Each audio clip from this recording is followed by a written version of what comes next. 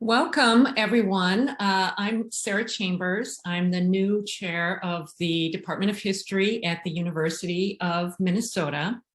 Before we get started, I want to acknowledge that the University of Minnesota Twin Cities campus is built within the traditional homelands of the Dakota people.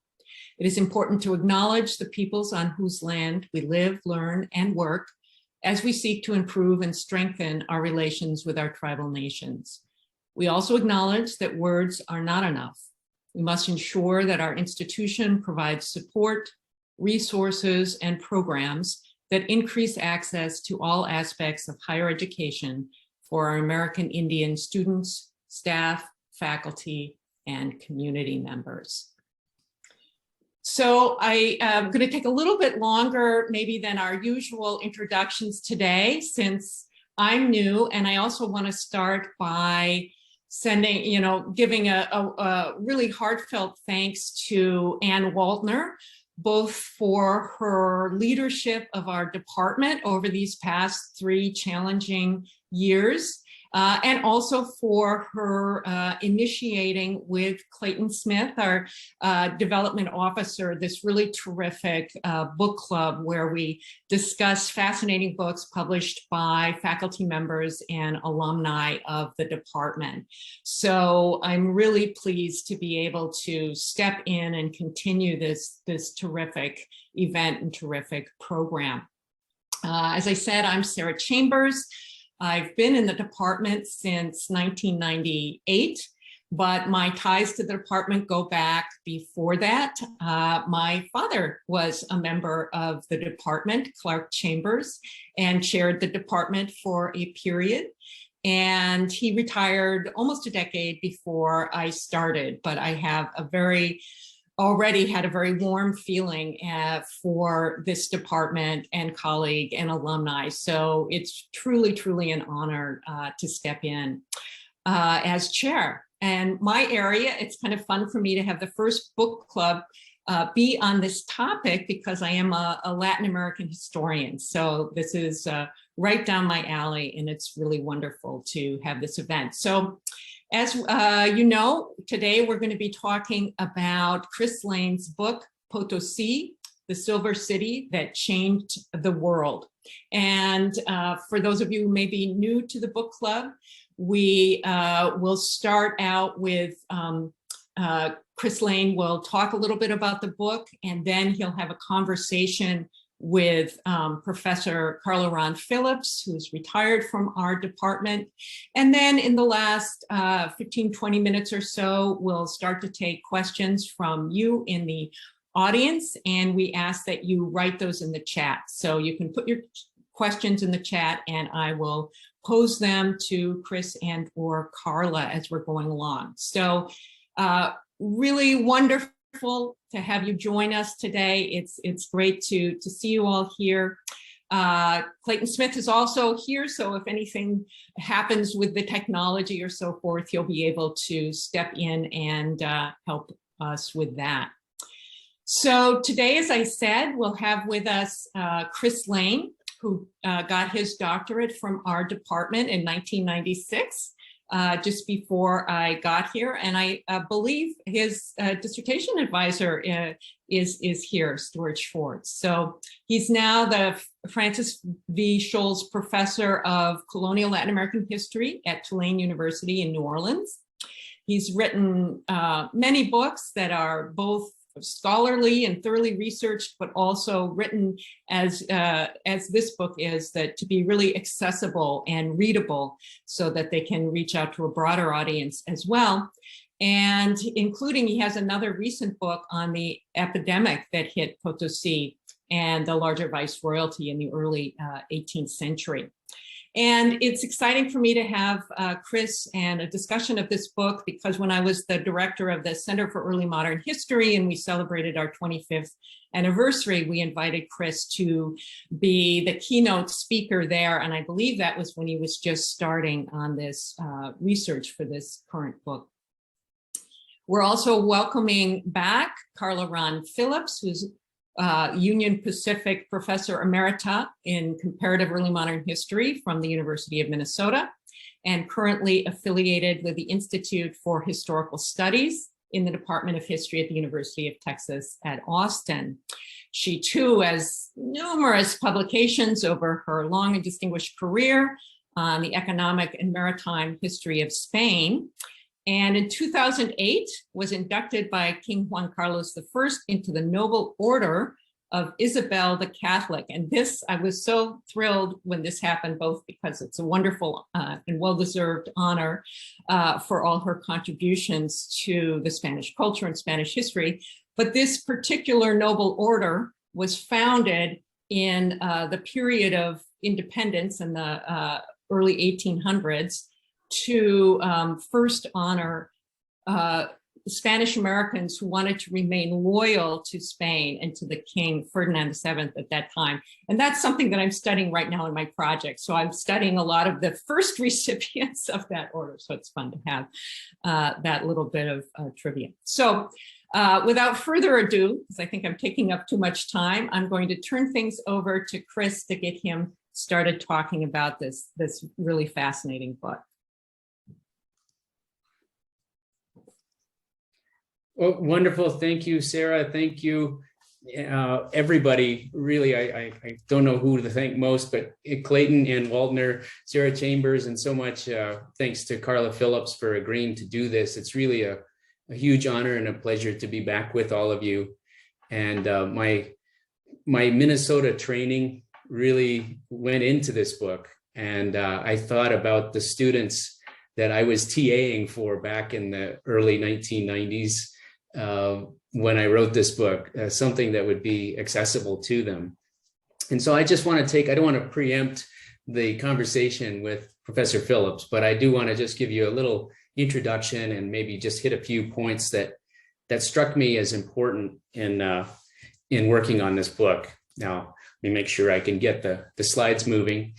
The Cerro Rico, or the Rich Hill of Potosi, is still quite impressive. I had read about Potosi as an undergraduate at the University of Colorado, and I continued studying Potosi when I was a graduate student, but I ended up working in Ecuador and Colombia. But during my PhD research, I took a trip all the way from Quito to Potosi, mostly overland, and it was really a pilgrimage. It's a place that kind of strikes terror into your heart at one level, but is also, it's just evocative of so many things. And I knew I would come back. It took a while. It took about 15 years to come back. And by that time, I felt like I had a better sense of South America as a whole.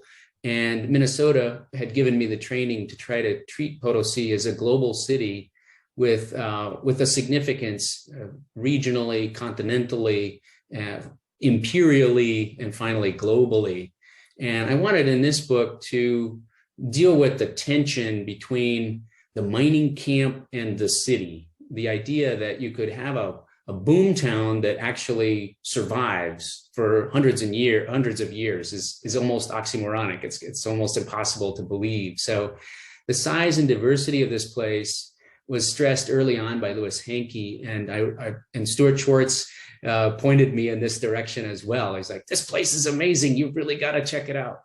But also to try to explain how long it lasted. But getting into the nitty gritty of Potosi's world, it's the notary records that get you really kind of into everyday life. And so I tried to just sample those a little bit in the book. The city, as I said, is important. The imperial villa, as it was called, was quite large in its heyday. Over 100,000 people, some suggest up to 150,000. It's pretty hard to know for sure, but certainly over 100,000. And it was really linked to the countryside through indigenous labor drafts, the MITA, the very infamous forced labor regime that brought indigenous workers from as far away as the outskirts of Cusco in the north and the what's now northern Argentina in the south, west to Chile, east almost to Brazil. And so Potosi, I wanted to treat it very much as I wrote about Quito, not just as the city, but as a hinterland, a colony, a complex, big place.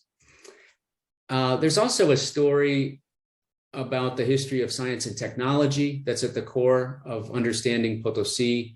There's a city underground within that mountain with thousands of mine workers going in and out every day, and also an industrial core within the city itself producing silver on a very large scale. And all of this, of course, with tremendous environmental consequences. So I dealt also, or tried to, with this paradox of super productivity and also, the danger and environmental destruction that resulted. And since writing the book, I hired a graphic artist to do some images for me that I'm going to use in my next book.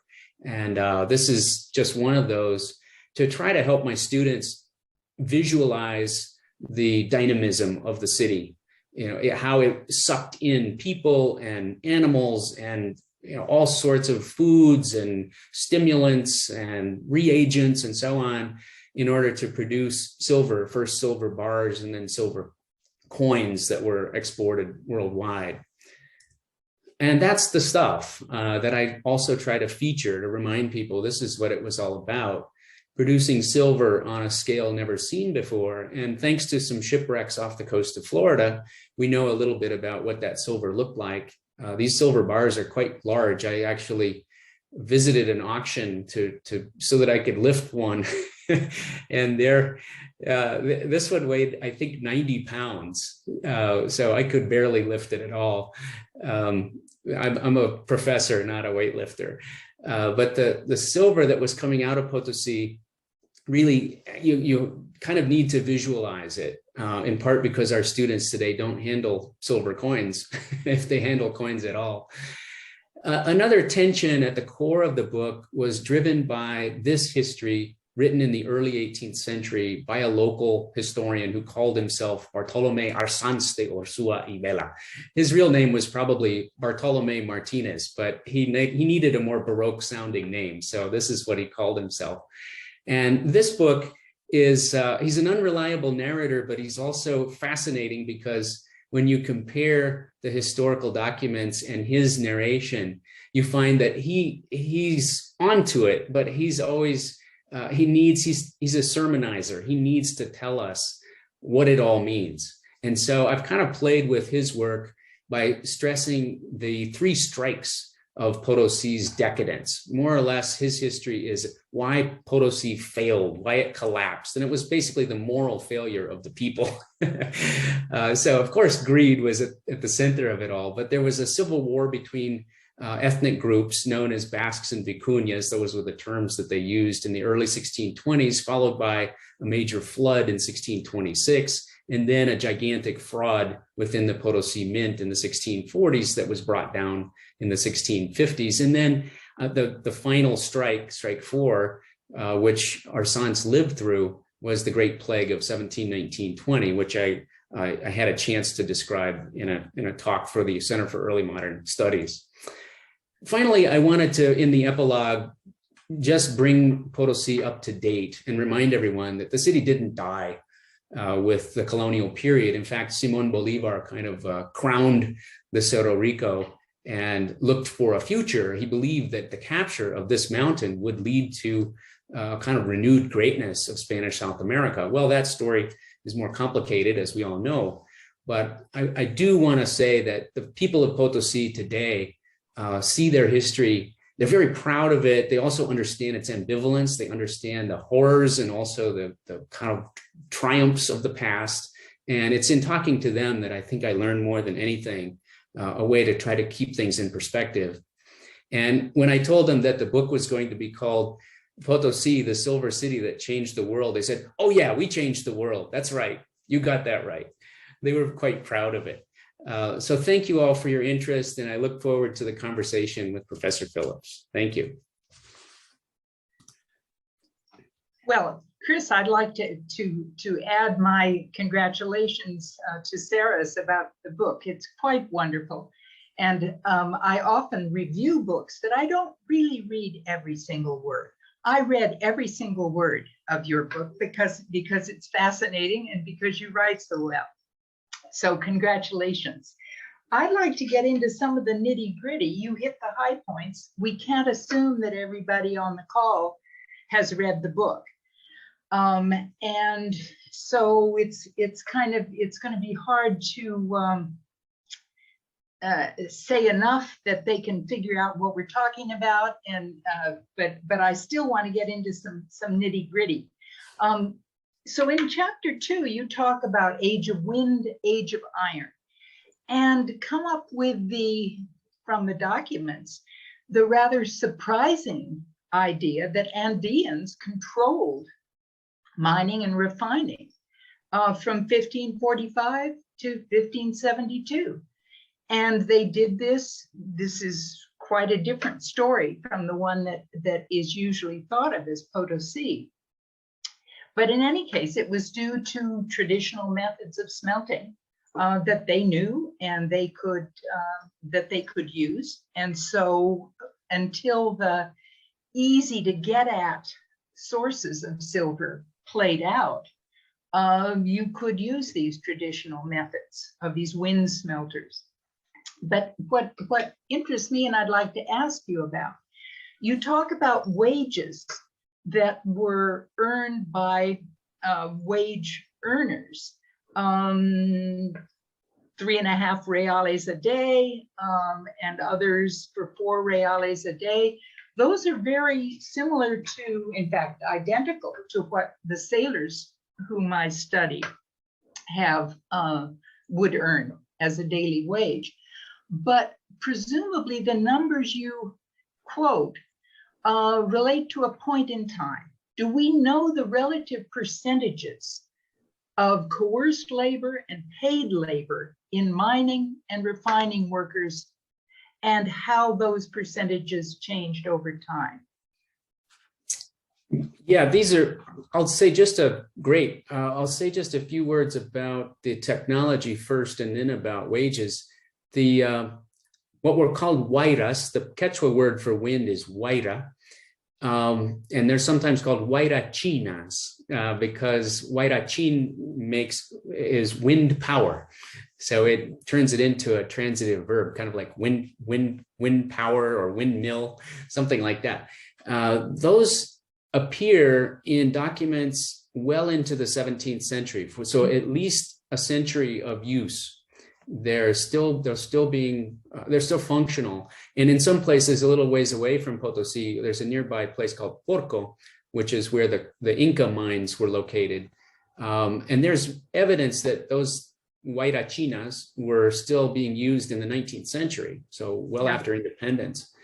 That technology, though, as you said, really requires high-grade ore of a particular chemistry, and with adding galena or lead sulfide as a flux, you can heat the silver ore up to the proper temperature to get it to melt, and that quickly became a problem because Spanish owners of mines noted that they passed the water table. They were reaching ores with a different chemistry. And it was only with the introduction of mercury amalgamation that those types of ores were more readily reduced, or beneficiated was the term they used, but refined would be the word we use. So we have these kind of simultaneous technologies. They overlap. And it's clear that there's an indigenous Potosi and there's a Spanish Potosi, or a European one, because there are Europeans from Italy, they're from many places. There are Flemings and Germans and all sorts of folks, but mostly people from Iberia. And the technologies they describe very clearly and with a lot of, I would say, pride at innovation. So constantly coming up with new techniques, new chemicals, new processes, new fuels, and that's a story. In terms of wages, and labor was always a problem. The mita was something that, of course, if you got drafted to go 200 miles to work underground, and you had any way of getting out of that, you would figure out a way to get out of it. And so there were lots of folks who learned to evade the mita either by migration or by paying a subsidy. And the men who were in charge of putting together, kind of mustering the Mita workers, were indigenous leaders, caciques or curacas, as they were called. And they had an incentive to come up with the workers or the cash equivalent of those workers. And that cash equivalent then was sometimes used to pay wages for free hires. And people who had worked in the Mita over time, it's kind of a cumulative process. When you ask about the change in percentage, it's something like probably 75-25, and then it's 80-20, and then it's 50-50. And over time, it's less coerced, more wage. And that's pretty clear. Then not just the numbers get adjusted because indigenous numbers are declining due to disease and overwork and other things, but also because more people are paying that exemption, coming up with the cash. The cash economy is something that I've been trying to flesh out, because it's clear that, you know, there's a lot of cash coming out of Potosi. It has a mint. And many people just assume that cash was just going to Europe or to China or whatever. A lot of it is, but a lot of it is circulating. And we know from different types of records that people are paying tribute in cash. They're making purchases in cash. And so cash wages are not so strange. The mention that you made about whether these wages are good or not, or adequate or not, everybody was fighting about that. You know, if there was a shortage of labor and the mine owners had the cash to pay, then certain workers who were very skilled got premium. And in the late 17th century, we have Peter Bakewell studied this in great detail with looking at one miner who was an entrepreneur who paid very high wages, and he just found the most skilled people, and you know he took advantage of his leverage, I guess you could say, to get the best workers and produce more silver. So it's a really dynamic and shifting process over time.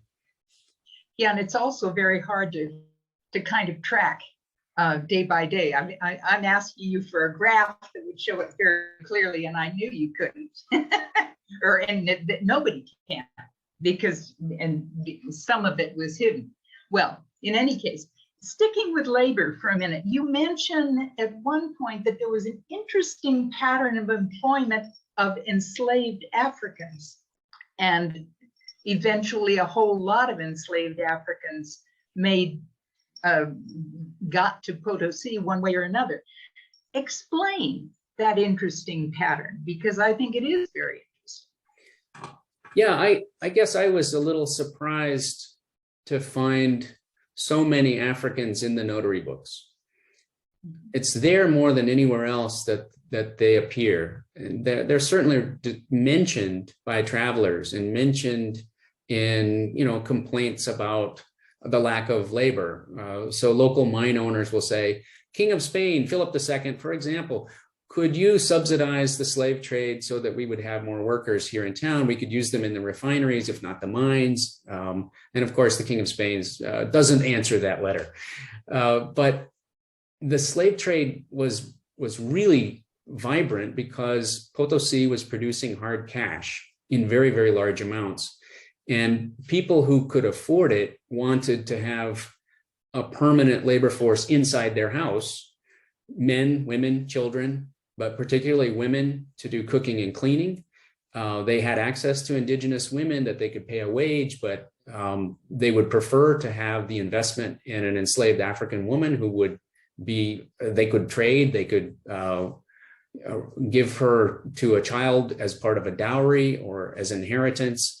So people, as awful as it is, were investing in the slave trade directly in Potosi, and it was a major market. I guess, as I say, I was surprised to see the large number, the diversity of folks coming from different parts of Africa. The major source was Angola and Congo, mostly West Central Africa. People were being brought to Buenos Aires via Rio de Janeiro. And there was a considerable Portuguese community in Potosi and also in Cordoba, Argentina, and in Buenos Aires that was linking up this trade. And so what I've tried to do is use the notary records to get at, if possible, that experience of enslaved life in Potosi and of not just the Middle Passage, but also that passage from Buenos Aires all the way to Potosi. What was that like? And some of the work I'm doing now is trying to trace the movement of individuals and groups of enslaved people who were passed along that route and were captured or picked up by contraband, by officials who were trying to stop contraband trade. And so they'll give us a description of what they were eating, you know, where they were staying, where they were accommodated, and all of that.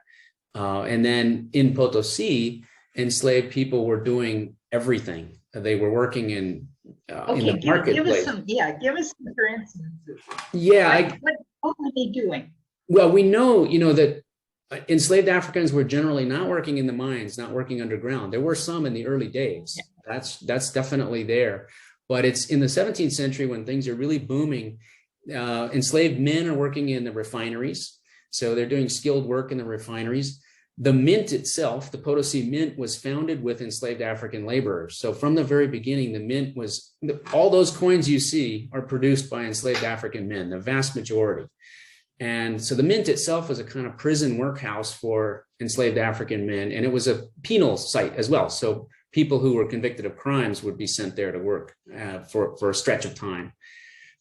Bakeries, almost all the bakeries, enslaved men were primarily the bakers. And that was seen as a kind of punitive work as well, because you have to get up really early in the morning and light fires. And, you know, it's ask a baker.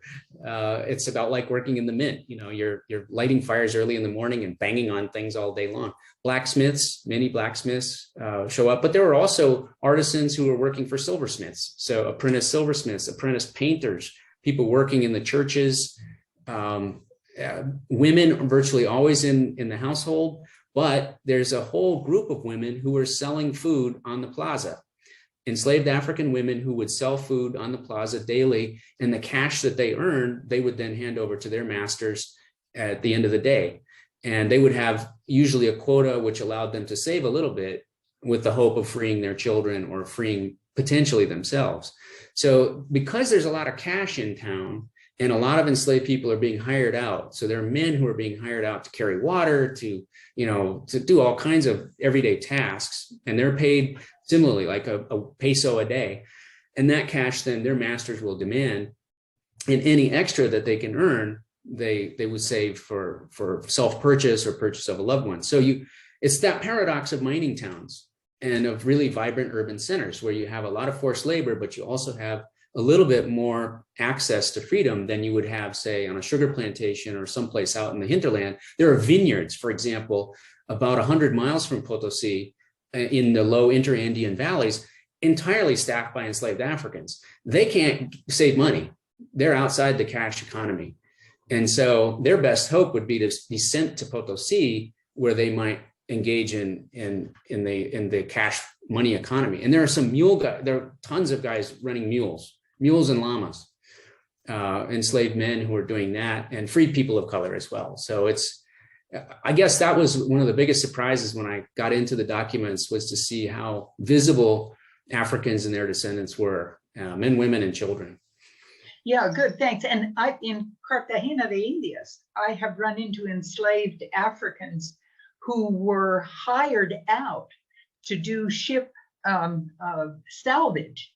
And they were paid for the salvaging, and then they paid their owners a 10 or 15%, basically a finder's fee. But they were hired out, and that came as a real surprise to me, that how that would work. And it sounds like they're similar. Not so much ambiguities, but just surprising things that happened in Potosi as well.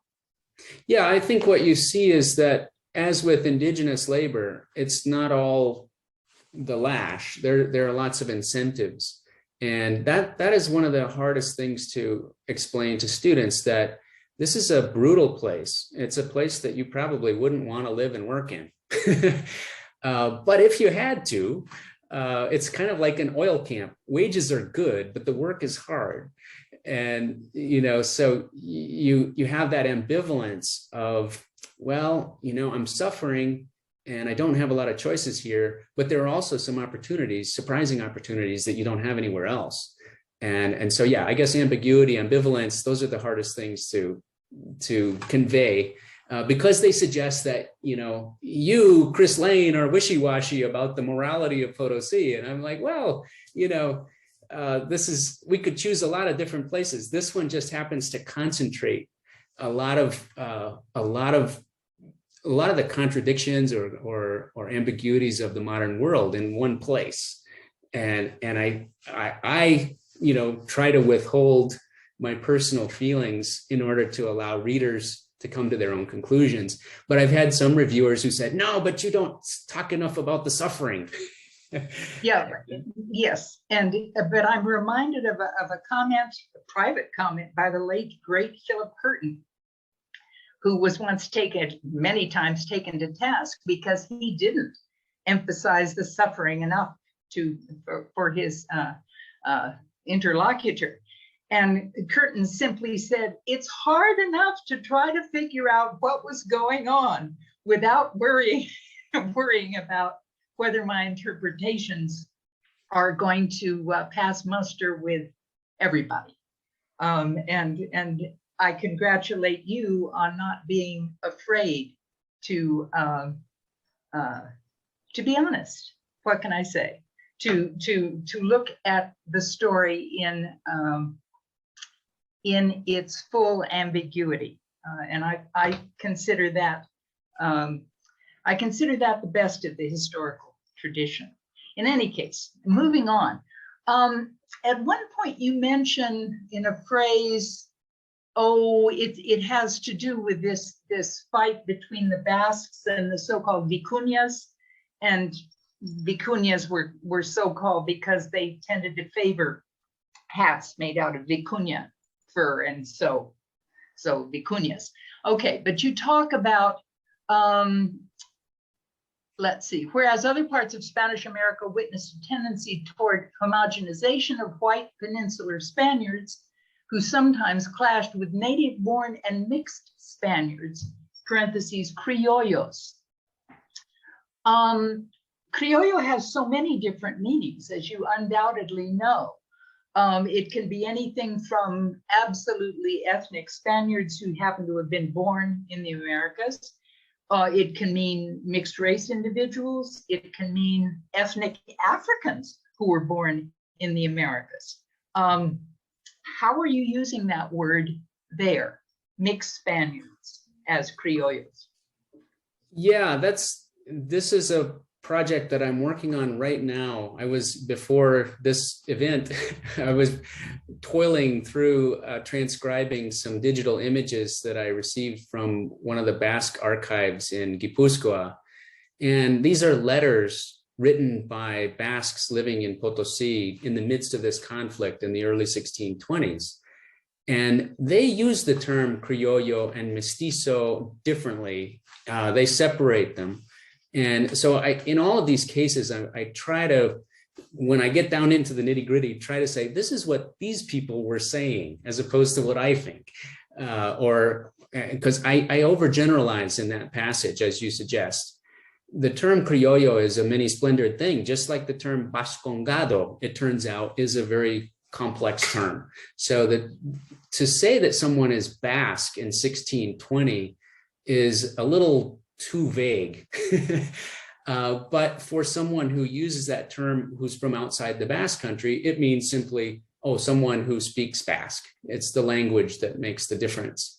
Or they're from that region. But as we know, that's not nearly enough. And so the people who identify and are called Vascongados in the middle of this conflict include mestizos, several criollos, and so they're sort of all over the place in terms of where they're from. Some are from Navarra, some are from Álava, some are from Gipuzkoa, Vizcaya. They're from the Basque provinces mostly, but some are from Seville, some are from Madrid, some are from Cartagena de Indias. There are Basques who are born, as Basques in Lima. So the ethnic designation that they're using is more about their sense of being an embattled group. And so they're broadening the usual interpretation. Now, the people that the Basques, when they're writing home to the folks in Gipuzkoa and Vizcaya, they're saying, your lordships. They're speaking to the kind of elders, elder statesmen of the Basque provinces who will send envoys to Madrid to represent them and say, look, we're being murdered by the dozens on the streets of Potosi. You got to do something. Nobody's helping out. The viceroy's not even helping out, much less the corregidor, much less the audiencia. The local authorities aren't helping out. You got to do something. And so the Basques are kind of going over the heads of all these authorities to try to get to the King of Spain. And it's so, lo and behold, the Count Duke of Olivares, he's not yet Count Duke, but the Duke of Olivares is the king's first minister, as you know, and King Philip IV is a young man at this time. He's just barely become king. And so it becomes a really big hassle. But what they're trying to say is, we are good subjects. We don't know why we're being murdered. We're told wrong. And he was a great storyteller. He worked in mining. He worked in quarries. He was, like many miners, he went where the work was. And those stories that he told about mining planted the seed both of fascination and also ambiguity, because he would comment on environmental damage. He would comment on harsh working conditions and unfair bosses and all of the things that labor historians know very well. But he also gave it a personal flavor and a sense of, as I say, the ambiguity, the need for work. You have to go where the work is. And mining is one of those things that kind of concentrates the mind in a way that maybe farming doesn't. You can sense the danger and understand that this is a kind of rapacious activity by its very nature. And my grandpa Lane was just so funny too. He had such a great sense of humor, and I always felt like I wanted to have a taste of that. And so I've been searching out mining history ever since. And you brought a gold pan to your doctoral examination, as I recall. Yeah, I think my doctoral defense was more of an offense, where I... It was. At one point we thought, wait a minute, we've got to ask some questions. And we... Yeah, I wouldn't shut up. I think Wim remembers and Stuart remembers. Yeah. Well, this is, I hate to break in. This is really a fascinating discussion. I do want to leave some time for questions from the audience, and some are coming in. I think I will start by sort of picking up on some of the questions about the labor systems, which is central to our, understanding of Potosi and your grandfather's experience as a miner. And you do such a great job now as you were talking about it in the book, to show really the diversity of labor forms. So we had the forced labor draft, the mita that the Spaniards set up, but we had wage labor, we had laborers demanding a share of the ore in addition to a wage. We had some enslaved Africans, not so much within the mines, but in other sectors. And Alfred Kay had posed a question early on about, could these mines have been worked without that element of coerced labor? And I'm thinking, I think it was when I was in graduate school and my dissertation advisor, Steve Stern, in talking about the mines, talked about this sort of what he saw as this interdependency, that the more radical and able to demand sort of wages and incentives the skilled workers were, the more the miners were reluctant to give up that sort of subsidy from the coerced part of the labor force, the mita. And you talk in the book about all these efforts to try to end the mita, so many reformers, and it never gets done. So I don't know if you want to talk a little bit about that sort of relationship between the forms of waged labor and coerced labor. Yeah, I think it is if not the core question, certainly one of the most important ones, because there's no gold or silver without human labor here. This is before mechanization of any sort, before dynamite. So what we would call the labor saving devices of mining were far off in the future. And it was simply a brutal job, chipping away at rocks underground. You couldn't get people to do this voluntarily unless you paid them a lot of money. And even then, I think it would have required some pushing. The Spanish, I think, Carla, in mentioning the Romans, it's important to remember that Roman heritage of mining as seen as a kind of convict / slave labor thing. So to be convicted for a crime, you might be sent in Spain to the mercury mines of Almaden. And that was about as bad as it got. And it was understood you were going to be breaking rocks, and those rocks would even be toxic on top of that. So when the Spanish come to the Americas, I think they assume that mining will not be done unless they use forced labor. And if they can't use enslaved Africans or can't afford them, they will try everything to coerce indigenous people. And for priests who were pushing back against the Mita, saying, no, this is going against everything that you have promised, King of Spain.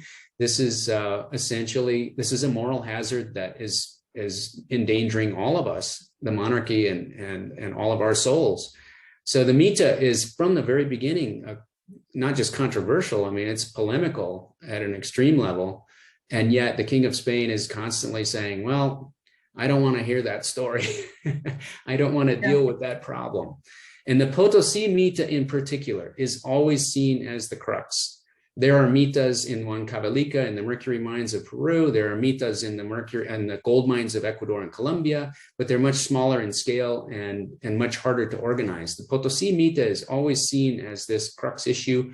And what happens, Jeffrey Cole figured this out back in the 1980s when he was looking at Potosi, that there was the emergence of this group of mine owners and refiners called the azogueros, the mercury men, who became so powerful, they developed a lobby. They had a permanent lobbyist in Madrid. They printed up all of their memoriales, these kind of, position pieces, and handed them to the councilors of the Indies and various other people in Madrid and said, before you do anything with the Mita, read this. And so there was this extremely powerful group of moneyed men, very much like a modern business lobby, who just made sure that Potosi wasn't changed, no matter what anybody said, no matter what this Jesuit or that Franciscan or whoever Dominican might say, and including indigenous people who made their way all the way to Spain to plead with the king. But the Spaniards didn't invent the Mita. I think that's an important point. They revived it. The Mita is an Inca draft that was adapted by the advisors of the Viceroy Toledo. So he was looking for something. He was always looking for something of a precedent and said, okay, this is a pre-existing labor form, and therefore people will accept that it's viable or that it's somehow acceptable. I think ordinary people said, well, the Incas were no fun. The Spanish are no fun. It's not as if we care if it's Inca or Spanish. It's forced labor. But what's fascinating to me is over time, certain people who served in the Mita developed a sense of attachment to the cachet that it gave them as special kinds of servants of the king. And so they would say, as mitayos, as loyal mitayos over all these generations, now you need to give us a break.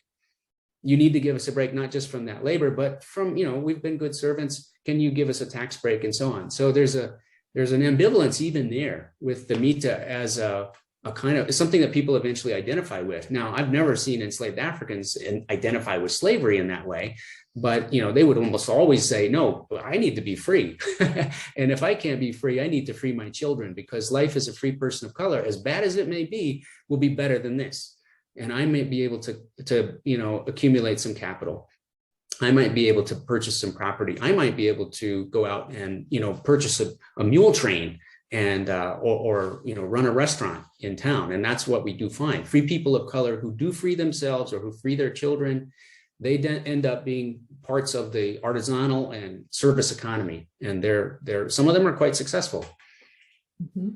Thanks, Kris. That kind of answers another question that has come in about, that you were sort of referencing that enslaved Africans were hoping they could do these things. And did it ever happen? And now you're referencing that, in fact, there were cases. I don't know if you have any sort of sense of how common it was that they could accumulate the cash they needed to manumit themselves or their children, or were they manumitted in wills sometimes? That happens in some places. It happens very occasionally. I've gone through the notary books for decades at a time, looking at other things, and then I collect everything I can find about either slavery, slave life, the slave trade, and keep that file going. I find very few masters manumitting enslaved Africans. They're very valuable in Potosi. The prices paid for slaves in Potosi is higher than anywhere I've ever seen. So in the period of the mint fraud in the 1640s, there are several enslaved Africans who sell for over 1,000 pesos, which is 1,000 ounces of silver. And that's something like 10 times what they would cost in Buenos Aires, which is pretty astonishing. And so it made it hard for self-purchase. It made it a disincentive for manumission. If an enslaved person is worth that much money, then they would be held on to. So I think it's like I said before, it's paradoxical in that they have some opportunity, but I think individually it varied a lot over time. There were times when the economy was weak or the person who owned them needed the money.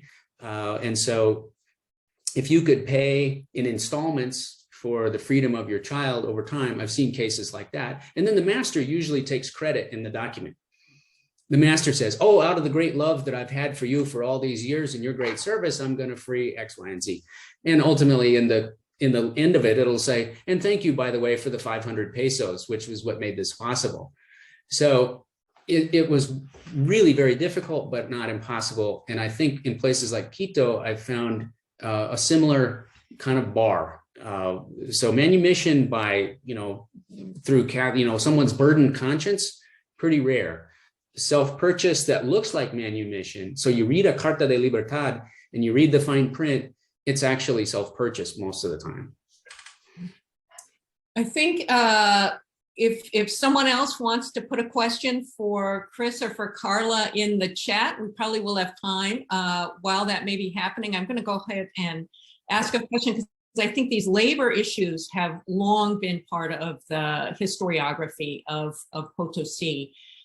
More recently is the real interest, I think, in environmental history. And I don't know if you want to say something, Kris, about sort of, as you were reading what was out there written about Potosi, these sort of new environmental studies, what you got from that, what sort of insights, anything that may have surprised you or really interested you from that sort of aspect.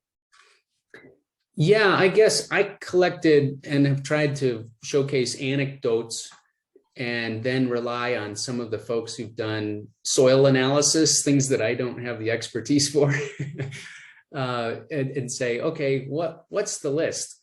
Deforestation is clearly a serious issue. And I've been talking to people in the countrysides like, well, I see this type of moss that is referred to in the documents called yareta, and it was used as fuel.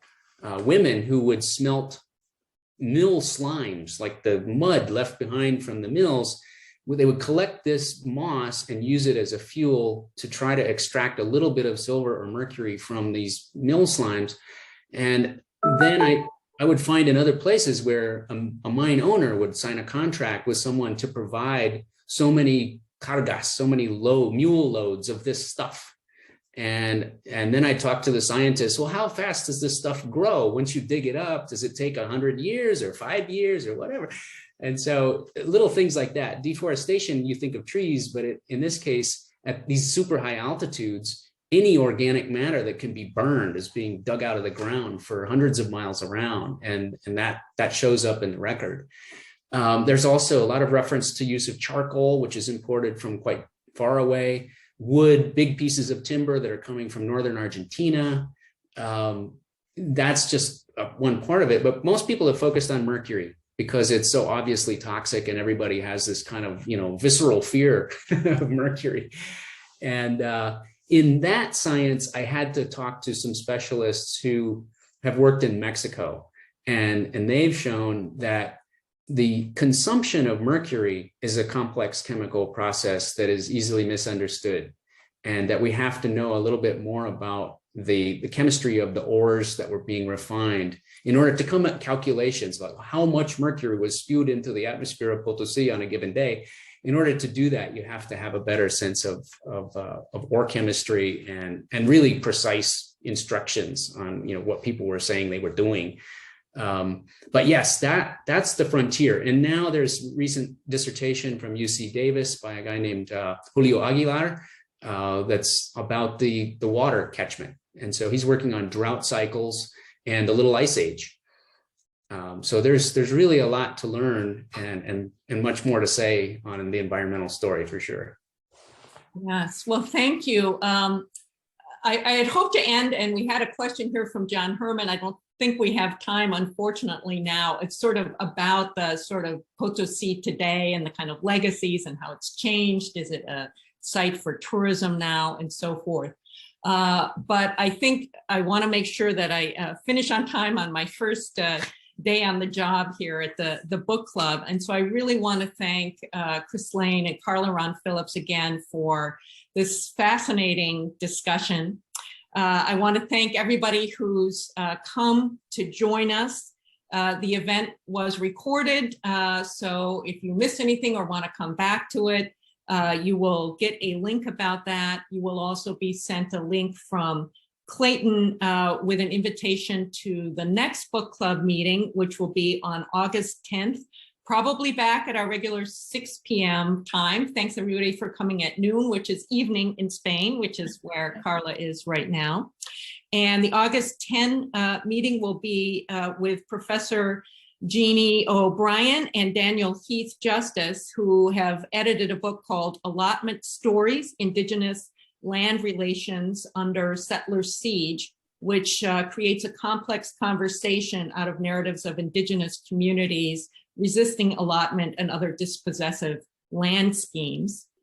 If you are so inclined, the History Department welcomes your support and gifts, and particularly to support fellowships for graduate students who will go on to write books that will become part of the book club in the future. And so Clayton has put links for both the next event and for those of you who are interested in making a gift there.